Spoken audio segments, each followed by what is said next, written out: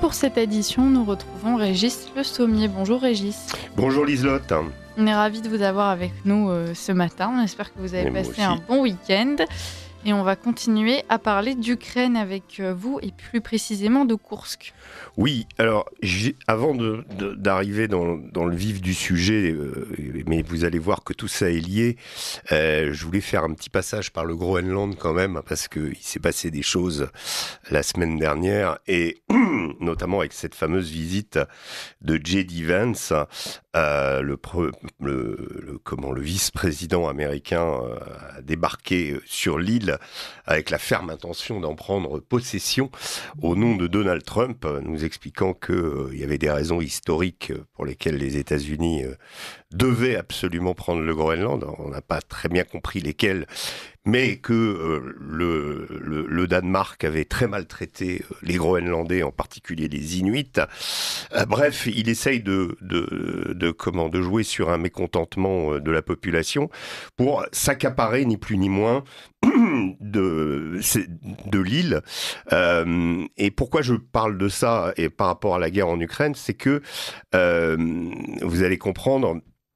L'île, le Groenland, donc, est sous juridiction du Danemark. Évidemment, cette visite a déclenché un torrent de protestations au niveau européen, au niveau de la première ministre danoise, au niveau de toute la classe politique danoise. Mais, dans le même temps, le ministère de la Défense danois a quand même confirmé que le Danemark allait acheter des F-35 américains. Voilà. Donc, je pense que c'est en résumé une démonstration, si on en était besoin, du désarroi total des Européens et de leur impuissance complète aujourd'hui à affronter cette volte-face opérée par Donald Trump dans les relations internationales. Et on se rend compte finalement que cette dépendance aux États-Unis, qui remonte à des décennies, pour certains depuis la fin de la Seconde Guerre mondiale, ne peut pas se disparaître comme ça du jour au lendemain. L'Europe ne peut pas renaître de ses cendres, on dira, encore que peut-être qu'il faudrait changer de personnel politique, parce que la classe justement dont nous bénéficions et dont bénéficient les Danois, ce sont des gens qui ont été biberonnés aux grands frères américains, à le suivre, pour certains comme des toutous, observant stricto sensu ce que faisaient les États-Unis. En France, nous avons eu l'avantage d'avoir eu de par notre histoire, grâce au général de Gaulle, une certaine autonomie et une certaine latitude. Et aujourd'hui, malheureusement, depuis le début de cette guerre en Ukraine, nous n'avons fait que suivre les États-Unis, les marquer à la culotte, au lieu justement d'exercer cette particularité, notamment en termes de diplomatie. Donc aujourd'hui, on est là, on a un président français, Emmanuel Macron, qui, lui, promet, est déterminé, on le sent bien quand même, déterminé à envoyer des troupes en Ukraine. C'est une véritable obsession chez lui. Keir Starmer, l'anglais, est du même avis, sauf qu'eux-mêmes n'arrivent pas tout à fait à s'accorder. Donc finalement, on est face à une guerre en Ukraine qui se prolonge. Et là, Donald Trump avait promis qu'elle s'arrêterait en 24 heures. On sent qu'il a quand même quelques difficultés à imposer ou à provoquer chez Poutine, même si Poutine montre qu'il y a de l'intérêt pour Donald Trump. Mais Donald Trump est à la peine pour imposer ce cessez-le-feu. Et là, je vais vous expliquer pourquoi c'est pas possible pour le moment pour la Russie d'accepter ce cessez-le-feu. Mais pour revenir, dernier mot sur l'Europe, c'est-à-dire à partir du moment où on veut faire des mini-sommets, comme on n'arrête pas d'en faire, vous savez, celui qui a eu lieu à l'Élysée la semaine dernière, il y en a eu 4 depuis le fameux clash entre Volodymyr Zelensky, J.D. Vance et Donald Trump à la Maison-Blanche, pour dire il faut à tout prix prendre la place laissée par les États-Unis. Eh bien, on se rend compte, avec cette affaire de F-35 et de Groenland, également l'Angleterre aussi, qui a annoncé qu'elle continuerait à s'équiper en F-35, et au lieu de prendre le chasseur européen à la place. Donc finalement, on n'arrive pas à avoir une politique commune, on est dépendant des États-Unis, et pour simplement garder sur les F-35, si les États-Unis décident que ces F-35 ne décolleront pas, notamment pour aller aider l'Ukraine, eh bien, ils ne décolleront pas. Et pour ce qui est de l'Ukraine aujourd'hui, eh bien, on sent bien que la dépendance aux États-Unis, elle est totale. Elle est totale parce que quand les Ukrainiens ont été privés du renseignement américain, vous savez, ça a duré quelques jours pour tordre le bras à Volodymyr Zelensky, pour que dans le cadre des accords de Riyad, eh bien, il signe un arrêt des combats, un cessez-le-feu prévu de 30 jours. Eh bien, à cette époque, les Ukrainiens se sont retrouvés aveugles, et dans le cadre de la bataille de Koursk qui s'est déroulée à ce moment-là, eh bien, ça les a handicapés. C'est pas l'élément déterminant, mais ça les a handicapés. Et pourquoi j'en viens à Koursk ce matin? J'en viens à Koursk pour expliquer une chose très simple, c'est que Donald Trump, on l'a vu, s'est énervé ce week-end à l'encontre de Vladimir Poutine en disant attention, il faut vraiment se cesser le feu. Si je pense que les Russes ne sont pas déterminés à arrêter cette guerre, eh bien je remettrai un paquet de sanctions. C'est du classique Trump. Il regarde au fur et à mesure, c'est soit des sanctions, soit le rehaussement des tarifs de douane. Et on l'a vu ce week-end encore avec de multiples annonces.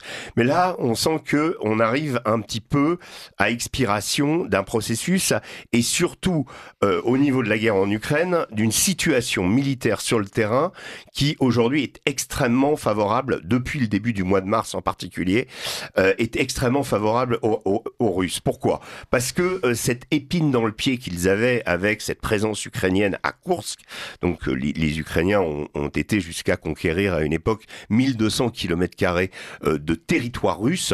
Il leur en est resté pendant à peu près, on va dire, 3-4 mois, au moins 500. Le territoire s'est progressivement réduit. Les Russes ont lancé beaucoup d'assauts, ont dépensé beaucoup d'énergie pour expulser in fine ces Ukrainiens. Mais cette carte qu'avait Zelensky lui permettait justement d'espérer ouvrir une négociation dans une position de force. Or, aujourd'hui, on sait que l'armée ukrainienne est épuisée, on sait qu'elle n'a pas de réserve, mais le fait que les Russes n'ont plus à combattre à Koursk, eh bien, ça leur libère des forces aujourd'hui. Et aujourd'hui, que sont en train de faire les Russes? Eh bien, les Russes, ils attaquent dans ce qu'on appelle l'oblast de Soumy, qui est au sud de Koursk, et c'est donc un oblast, une région administrative ukrainienne qu'ils avaient occupée au début de la guerre et dont ils s'étaient retirés. Et aujourd'hui, ils sont en train, on va dire, de grignoter, d'attirer les forces ukrainiennes de ce côté-là. Les Ukrainiens tentent désespérément de refaire le coup de Koursk à côté, dans un oblast qui s'appelle celui de Belgorod. Malheureusement, ils n'arrivent pas à pénétrer, les Russes les attendent, il n'y a pas d'effet de surprise cette fois-ci. Donc si vous voulez, tout ça, ça cristallise des fronts sur lesquels les Russes ont des divisions qui se sont libérées depuis Koursk, qui peuvent se permettre de déplacer, tandis que les Ukrainiens n'ont plus de réserve en fait. Ils n'ont plus de réserve et ils sont attirés et ils sont contraints de répondre en mode un peu pompier sur cette ligne de front, d'envoyer leurs meilleures troupes à droite, à gauche, de les déplacer, en sachant que dans le Donbass, c'est pareil, le tempo opérationnel, c'est à nouveau, après avoir ralenti pendant quelques semaines, c'est à nouveau accéléré du côté de Torres, Pokrovsk, les Russes sont à nouveau à la manœuvre, et ce qu'on remarque en fait, c'est qu'ils sont en train de créer un petit peu partout des endroits pour attirer et détruire ces unités ukrainiennes. Donc si vous voulez, il y a un véritable un véritable avantage qu'ont les Russes sur le terrain, qui fait qu'on ne voit pas pourquoi, et c'est pour ça que Vladimir Poutine essaye de gagner du temps. En même temps, il discute avec Donald Trump. Donald Trump s'énerve. Poutine n'ira pas jusqu'à la rupture, donc il a déjà cédé du lest, notamment sur l'arrêt des frappes sur les infrastructures électriques. Le projet, parce que pour le moment il est à l'état de projet de cesser le feu en mer Noire, qui est bénéficiaire économiquement pour la Russie comme pour l'Ukraine, qui permettra d'écouler le grain, qui permettra d'écouler les engrais. Vous savez, la Russie est le premier producteur d'engrais, et cette situation en mer Noire compliquait lourdement l'acheminement de l'engrais à l'extérieur. Et donc là, il y a des choses qui ont avancé. Mais si vous voulez, du point de vue du front, aujourd'hui il est illusoire d'imaginer les Russes arrêter les opérations, ne serait-ce que pendant 30 jours, parce que ça permettrait quoi? Ça permettrait aux Ukrainiens justement de se réarmer, ça permettrait éventuellement à l'Angleterre et à la France de fournir des armes, de préparer ces forces que Emmanuel Macron espère envoyer dans le pays si cessez-le-feu il y a, même si c'est totalement illusoire. Imaginons par exemple aujourd'hui que des Britanniques et des Français arrivent au nombre de 10 000, mettons, ou de 20 000 soldats, ça serait considéré par la Russie comme un casus belli, donc une agression de l'OTAN contre la Russie, et on rentrerait dans une guerre totale. Ce que tout le monde cherche à éviter, en particulier Donald Trump. Et ce dont on se rend compte, c'est que aujourd'hui, si vous voulez, la guerre continue. Poutine essaye de pousser au maximum son avantage pour grignoter des territoires. Et du côté de l'Ukraine, il y a aussi urgence parce que l'Ukraine peut véritablement s'écrouler, que la situation à l'intérieur du pays n'est pas bonne. D'ailleurs, les États-Unis comme la Russie font pression pour qu'il y ait des élections. En gros, pour se débarrasser de Zelensky, ce qu'ils aimeraient, c'est que ces élections sanctionnent Zelensky et qu'elles portent au pouvoir un autre homme avec lequel il serait beaucoup plus facile d'arranger les choses ou finalement de mettre un terme au conflit et où les intérêts des Russes et les intérêts des Américains seraient les mieux défendus dans ce cas, tandis que Zelensky reste un symbole de résistance. Oui, parce que là, ce qui est en train de se décider, c'est si ce sont les intérêts russes ou les intérêts américains qui vont primer, les intérêts ukrainiens. Ils ont définitivement fait une croix dessus. Écoutez, à part effectivement l'Europe qui continue à penser que l'Ukraine peut triompher ou en tout cas se maintenir avec l'aide européenne, tout le monde pense que en effet la partie est pliée, mais l'Ukraine n'a pas perdu, on va dire, sur le terrain, mais elle n'est plus, et elle l'a-t-elle déjà été, en mesure finalement d'imposer dans ce cessez-le-feu ces conditions. Aujourd'hui, on voit bien que l'histoire, comme toujours, est écrite par les vainqueurs, et que aujourd'hui, les vainqueurs, ce n'est pas l'Ukraine, ce n'est pas l'Europe dans ce conflit. Tout ce qu'on a souhaité, tout ce qu'on a voulu pour ce conflit ukrainien, on arrive au bout et on se rend compte que la musique qu'on nous a servie depuis 3 ans ne s'est pas réalisée, que l'Ukraine n'a pas perdu, mais elle n'a certainement pas gagné, et la Russie est plus forte que jamais. Emmanuel Macron, on le sent, essaie de jouer la carte d'une troisième voie. On peut d'ailleurs rappeler ce que nous disait tout à l'heure Thierry Mariani. Emmanuel Macron a 77% d'opinion favorable en Ukraine. Est-ce que cette troisième voie est possible, ou est-ce que désormais il faut vraiment se décider entre ces deux blocs pour nous en Europe pour définir notre position ? Non, je pense que l'Europe essaie de trouver une position singulière. Elle sent bien que les États-Unis risquent de lâcher l'affaire, mais les États-Unis n'ont pas encore lâché l'affaire. C'est ça la question. C'est ça qu'il faut garder à l'esprit.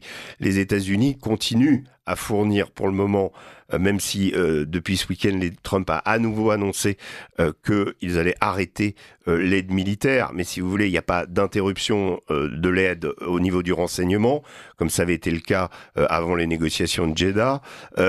Aujourd'hui, l'Ukraine vit, on va dire, reste dépendante énormément de l'aide américaine. Et la vraie question, c'est l'Europe peut-elle se substituer ? Et la réponse, elle est déjà négative dès le début, parce que on sait qu'aujourd'hui, on n'a pas les moyens, les ressources, ni les armées adéquates aujourd'hui pour combattre aux côtés de l'Ukraine, si tant est qu'on voulait le faire.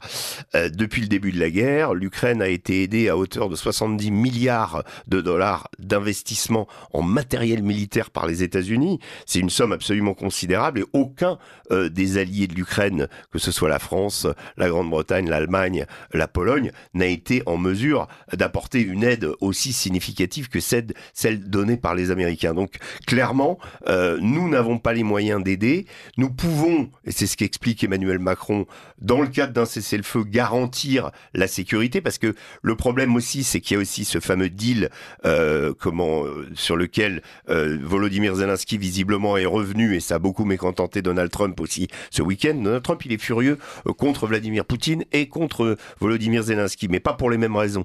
Et Volodymyr Zelensky a expliqué que, en gros, ce contrat, s'il le signait, venait à piller de la part des États-Unis les ressources ukrainiennes, puisqu'il n'y a pas simplement l'histoire des terres rares, il y a aussi des deals de gaz, d'hydrocarbures, etc., qui revient finalement aux États-Unis à préempter à peu près tout ce qu'ils veulent sur le sol ukrainien. Et les États-Unis qui seraient aussi complètement favorisés pour tout ce qui est reconstruction.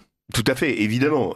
Ayant été le plus gros contributeur de la guerre, Donald Trump n'a pas oublié l'idée que tout ce qui a été prêté, donné, offert pour... finalement, pas offert justement, à l'Ukraine, n'était qu'en fait une avance sur un investissement, et que aujourd'hui les États-Unis entendent bien tirer parti au maximum de cet investissement et en retirer des bénéfices. Et cette future présence des États-Unis en Ukraine, si jamais c'est comme ça que les choses se décident, est-ce que c'est pas précisément de là que pourrait continuer, voire repartir un conflit avec la Russie ?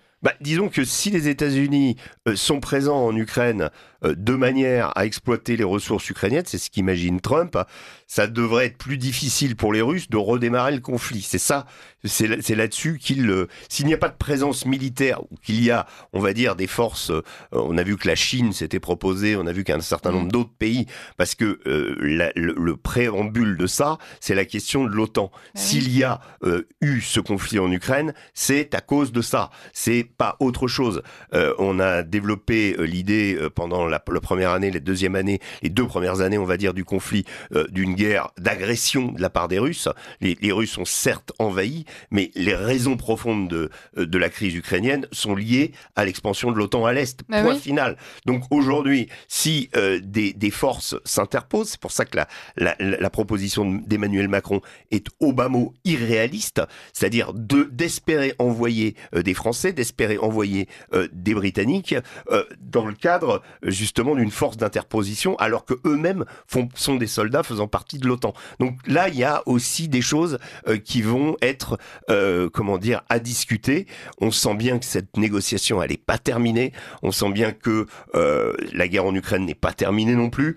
Et je vous dis, ce tempo opérationnel, ces succès russes sur le terrain ne vont pas faire en sorte que les choses vont s'accélérer. Au contraire, ça risque de retarder les Russes voulant évidemment, s'ils arrêtent, être dans une position au maximum de leurs intérêts. Si les États-Unis jouent la carte de la présence purement économique et qu'ils assurent qu'ils n'auront pas de présence militaire sur place, Régis Le Sommier, 1, est-ce que c'est crédible ? Et 2, est-ce que Vladimir Poutine va suffisamment faire confiance aux Américains pour croire à cette idée-là ? Ouais, je pense que Vladimir Poutine sait, et je l'avais déjà dit sur cette antenne, que son accord avec Trump et le revirement des États-Unis, justement, pas seulement sur l'Ukraine, mais sur la perspective, leur positionnement par rapport à la Russie. On a vu quand même qu'ils ont voté pour la première fois dans l'histoire au Conseil de sécurité de l'ONU avec la Russie sur une proposition pour mettre un terme à la guerre en Ukraine. Donc il y a eu des choses qu'on a vues depuis l'arrivée de Trump qui sont uniques et pour lesquelles évidemment sur lesquelles la Russie justement veut capitaliser.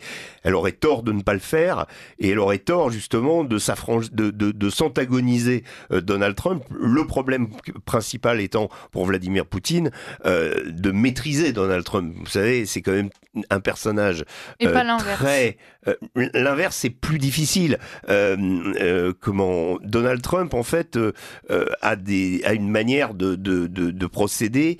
Il n'est pas sur le temps long. Vladimir Poutine, lui, est sur le temps long. C'est très différent.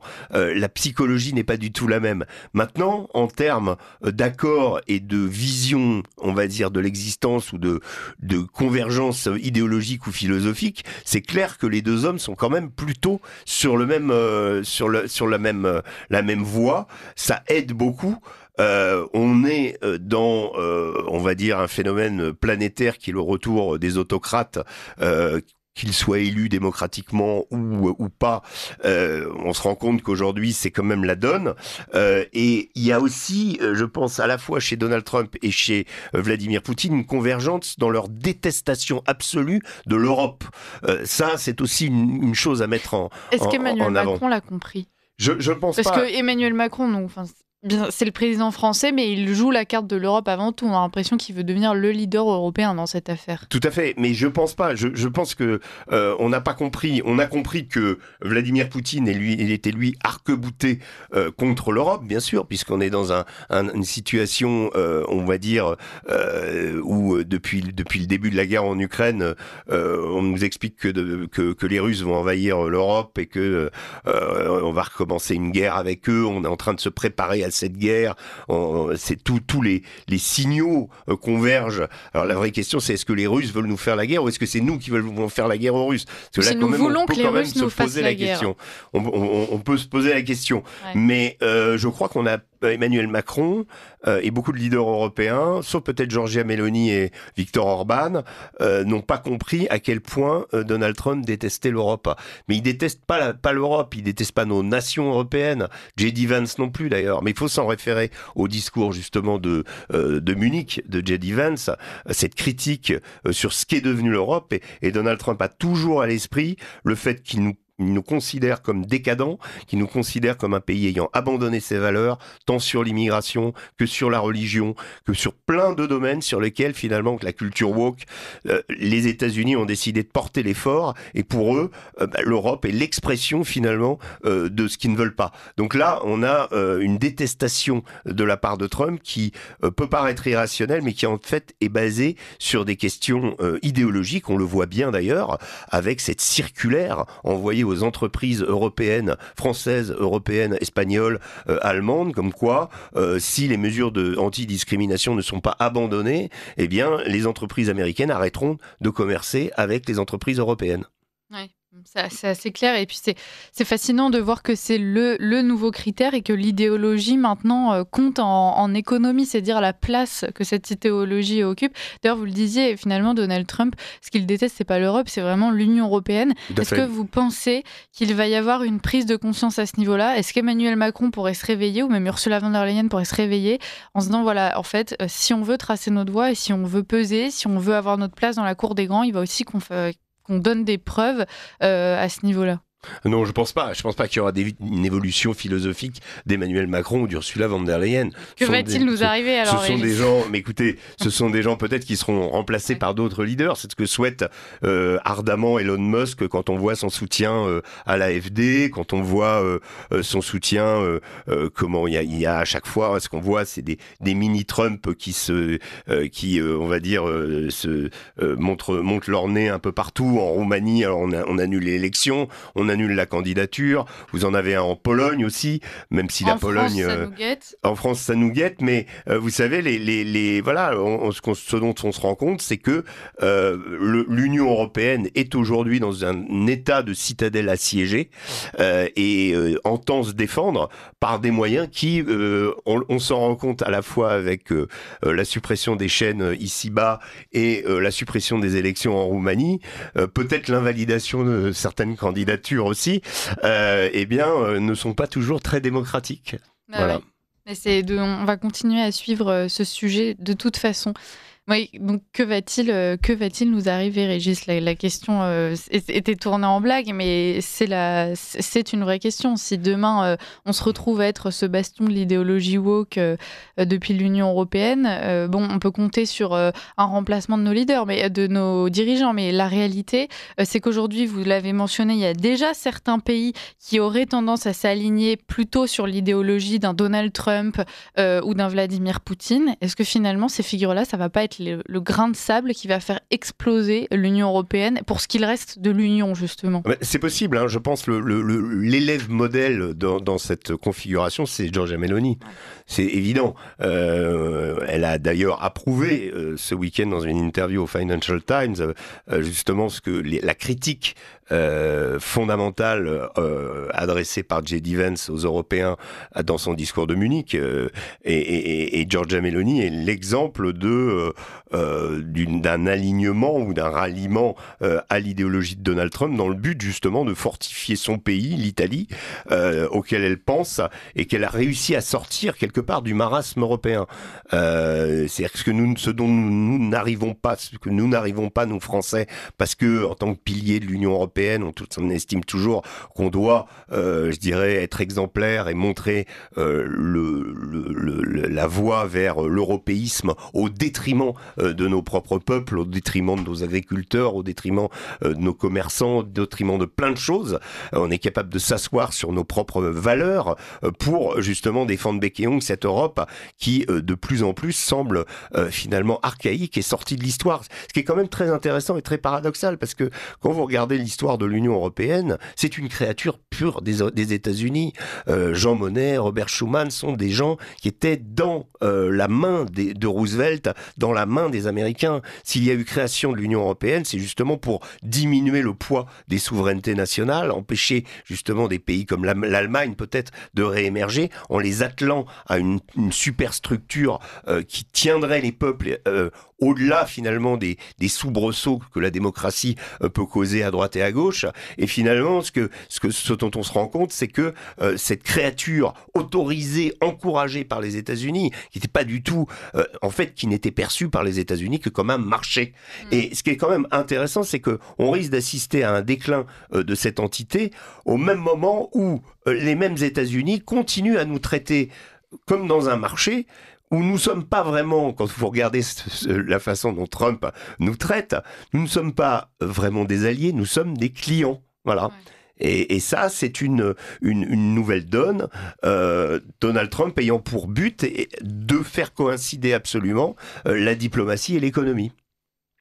Oui, Régis Le Sommier, j'aimerais revenir sur ce que vous avez dit tout à l'heure. Donc, évidemment, vous avez dit que la démocratie était en danger. On le voit avec ce qu'il s'est passé plutôt en Roumanie, ce cordon sanitaire qui s'applique toujours allègrement. En France, bon là, évidemment, avec le procès du RN, on voit que Marine Le Pen est un peu dans les choux également. Est-ce que vous pensez que les Français peuvent se réveiller, peuvent se rebeller dans la rue, puisque Bruno Gollnisch appelait ce matin notre antenne à se réveiller, à ce que les Français prennent leurs responsabilités et définitivement montrent qu'ils ne sont pas d'accord s'il y a une décision d'inéligibilité. Donc vous, qu'est-ce que vous en pensez? Est-ce que vous y croyez? Et plus généralement, le réflexe des peuples européens. Est-ce que cette Union européenne, qui est aujourd'hui complètement défaillante, peut être démise non pas par Poutine ou par Trump, mais juste par les peuples européens qui... Écoutez, ça tout dépendra du calendrier électoral. Je pense que le problème est à la fois la faiblesse, enfin l'avantage et à la fois la faiblesse du RN, c'est que c'est une force électorale essentiellement. Il n'y a pas eu dans l'histoire de manifestations monstres ou de prise de la rue de la part des électeurs du RN qui tout à coup se mobiliseraient. Je dirais que de ce côté-là, LFI est plus efficace à ces deux piliers électoraux et manifestations et donc voire insurrection, parce que c'est un peu l'objectif de Mélenchon.